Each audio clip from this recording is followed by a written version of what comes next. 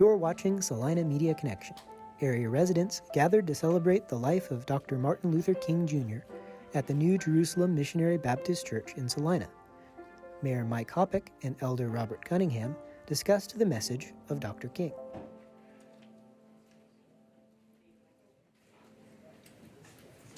Welcome to the service for Martin Luther King Jr.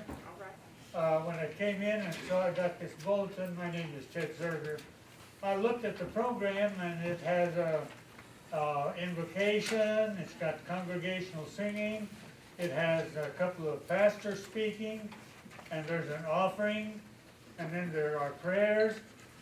Incidentally, notice the international prayers, and there's more congregational singing, and then there's a benediction. That sounds like a church service to me. And obviously it is a church service, but it is a very specialized church service to honor Martin Luther King Jr. But we honor not only the person, and remember not only the person, but perhaps even more importantly, the message. And that's what we celebrate today, Martin Luther King Jr. and his message.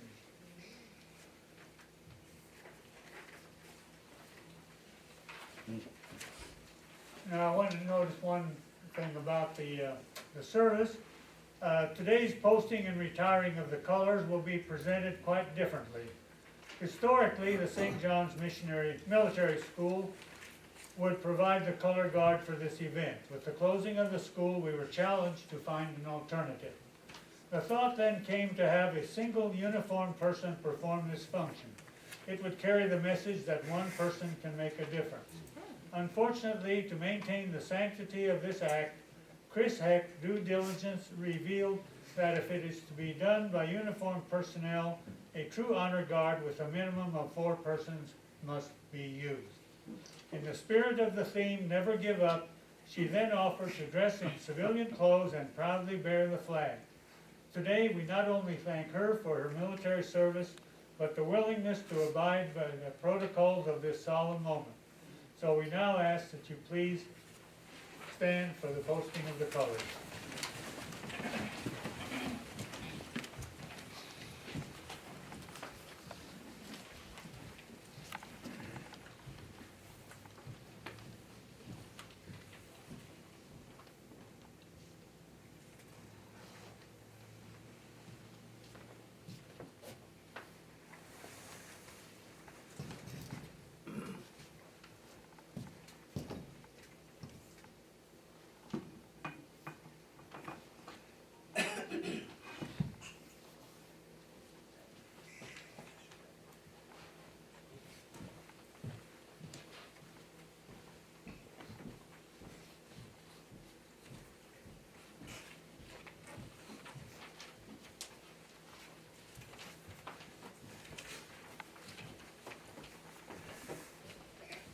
Please sit.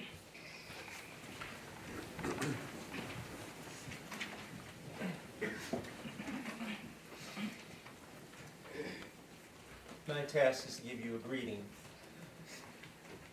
I assume that's to make you feel welcome. And what I hope you are is comforted. What I also hope you are is attentive to what I anticipate is an excellent speaker and a good message. I hope you are attentive to what this is about, what it's really about, because it goes beyond one man. So we greet you on behalf of New Jerusalem Missionary Baptist Church. We are indeed glad and proud to host you today. If you need anything, let one of us know. We intend to make you comfortable. I hope it's a blessed event for all of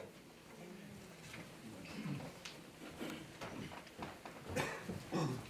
Now please stand for the congregational hymn and remain standing for the invocation.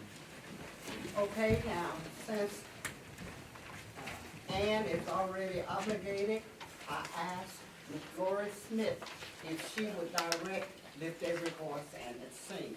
And and the words are on the back of your program.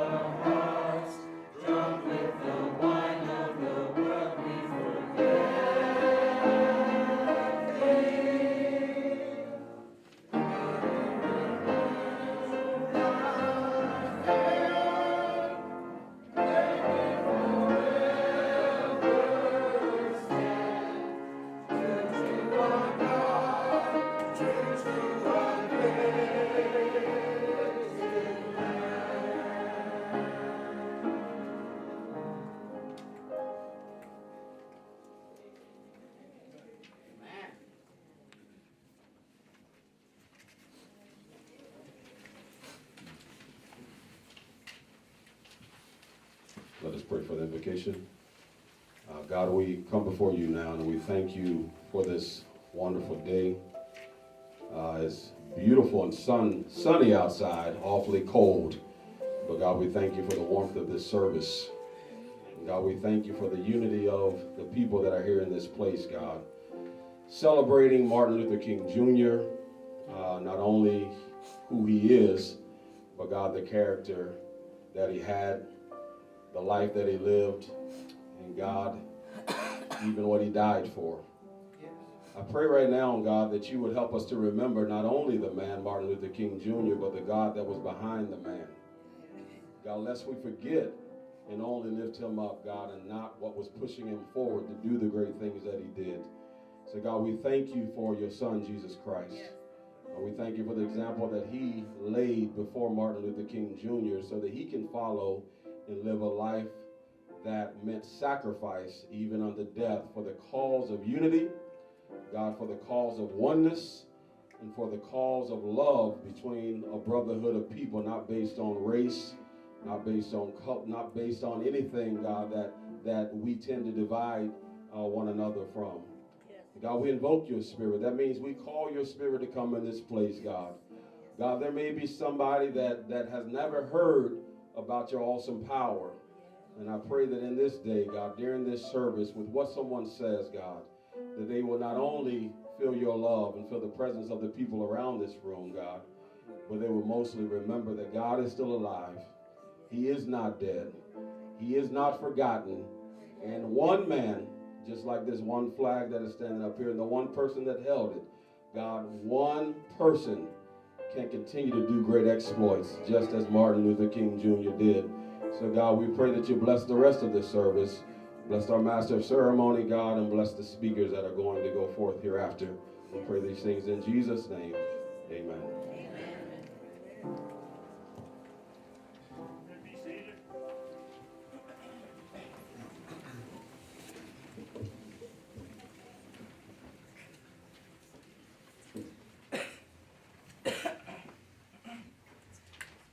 My name is Ann Zimmerman, and I am here today because exactly 100 years ago this year, 9 years before Martin Luther King Jr. was born, when his mother, Alberta Christine Williams King, was just 16 years old and his father was 20 years old, American women won the right to vote when the 19th Amendment to the U.S. Constitution outlawed the denial of voting rights on the basis of sex. The formal process of winning women's suffrage began over 70 years earlier at the Seneca Falls, New York Women's Rights Convention in 1848. The women who worked so hard at that convention and afterwards did not live to see women win their voting rights. And the right to vote was only one step on the road to equality for all women. We are still working on reaching gender equality today. Likewise, people of color working to gain equality for themselves in America began their work long before Martin Luther King Jr. was born in 1929. The Civil Rights Act was passed in 1964 when Dr. King was 35 years old. But that was only one step on the road to equality for African Americans and other people of color. Many, including Dr. King, have died without seeing the mountaintop. We all today must rededicate ourselves to the hard and seemingly endless work for equality. As Dr. King himself said, human progress is neither automatic nor inevitable. Every step toward the goal of justice requires sacrifice, suffering, and struggle, the tireless exertions and passionate concern of dedicated individuals. Today, let us celebrate human progress, justice, and Dr. Martin Luther King Jr. Thank you.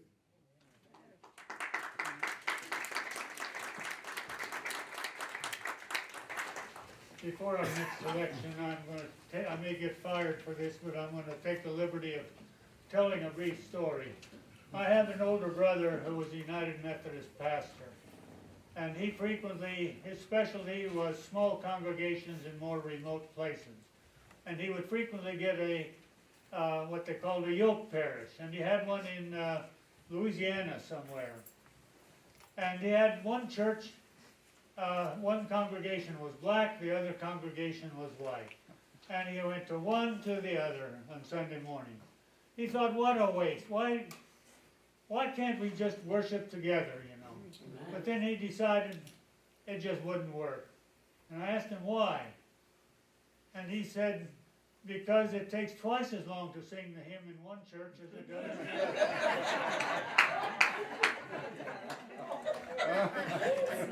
other. Also, he had a parishioner came up to him after church one day and said she was concerned about her son, that he didn't belong to the church.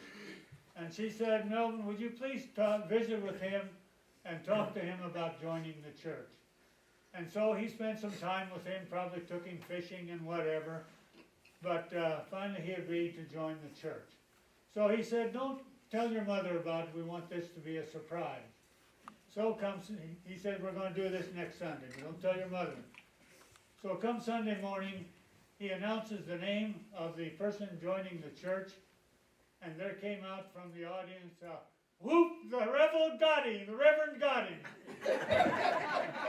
He never did tell me which congregation that happened.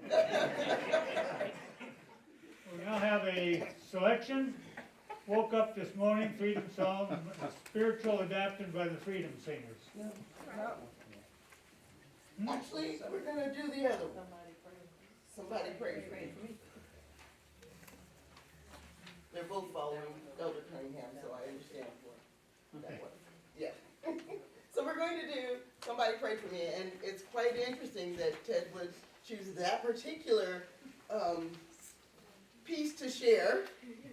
I promise we won't be going on and on and on singing it, however, it is on your insert, rather than a choir this year, because this is a year first.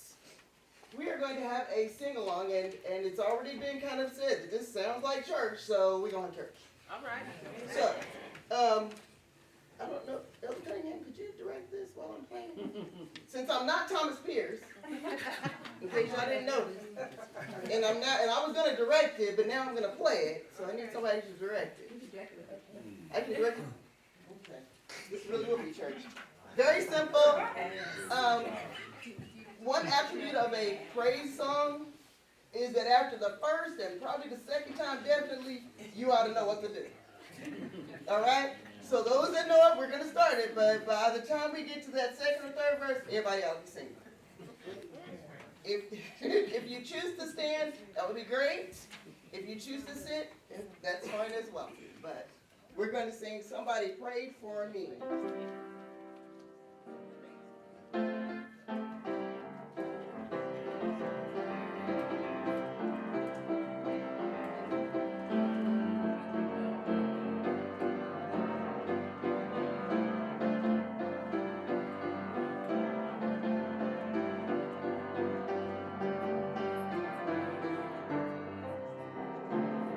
Somebody prayed for me, had me on their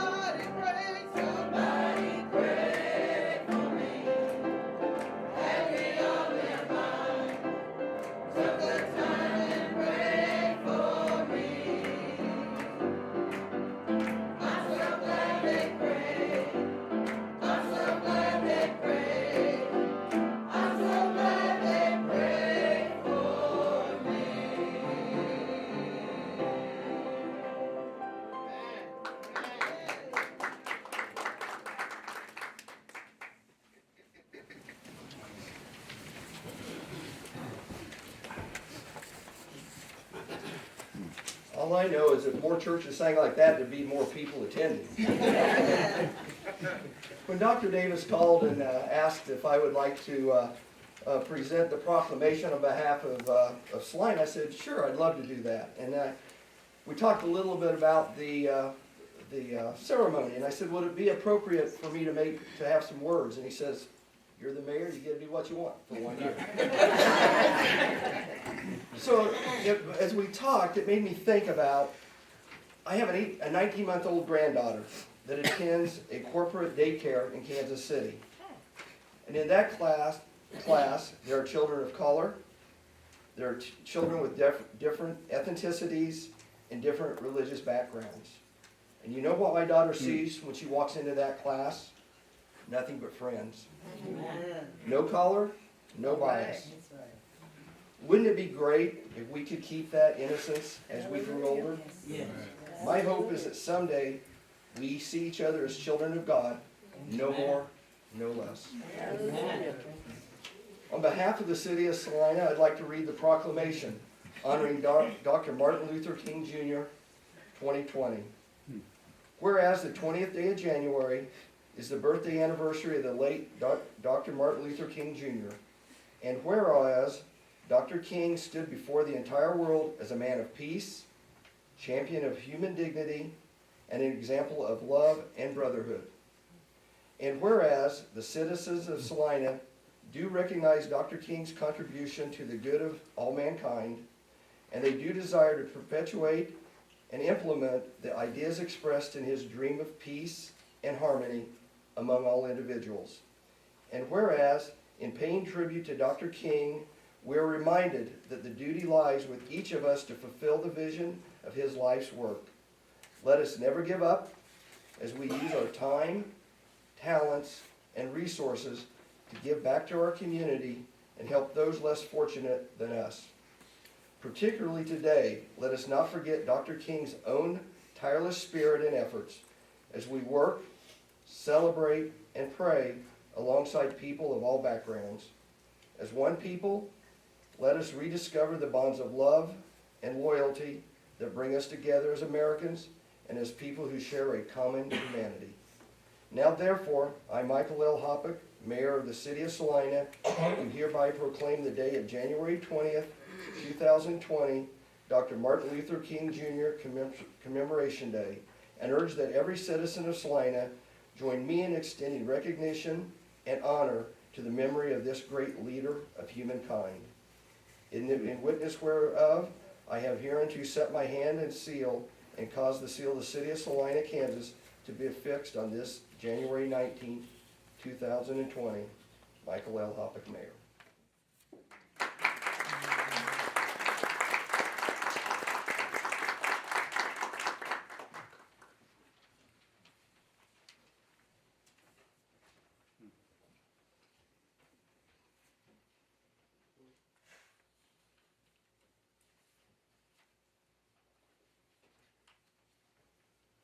This is the most important and crucial periods of your lives. For what you do now and what you decide at this age may well determine which way your life shall go. And the question is whether you have a proper, a solid, and a sound blueprint. And I want us to suggest some of the things that should be in your life's blueprint. Number one in your life's blueprint should be a deep belief in your own dignity, your own worth, and your own somebodyness. Don't allow anyone to make you feel like you are nobody. Always feel that you count. Always feel that you have worth. And always feel that your life has ultimate significance. Secondly, in your life's blueprint, you must have as a basic principle the determination to achieve excellence in your various fields of endeavor. You're going to be deciding as the days and the years unfold what you will do in life, what your life's work will be. Once you discover what it will be, set out to do it and to do it well. be a bush if you can't be a tree. If you can't be the highway, just be a trail. If you can't be the sun, be a star. For it isn't by size that you win or you fail. Be the best at whatever you are. Finally, in your life's blueprint must be a commitment to the eternal principles of beauty, of love, and of justice. Well, life for none of us has been a crystal stair, but we must keep moving.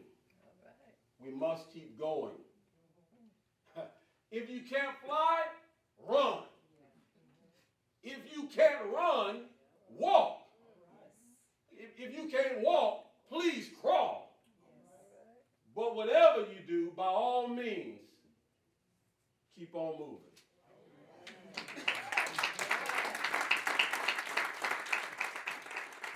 That was part one of a service in Salina, celebrating the life and work of Martin Luther King Jr. You're watching Salina Media Connection.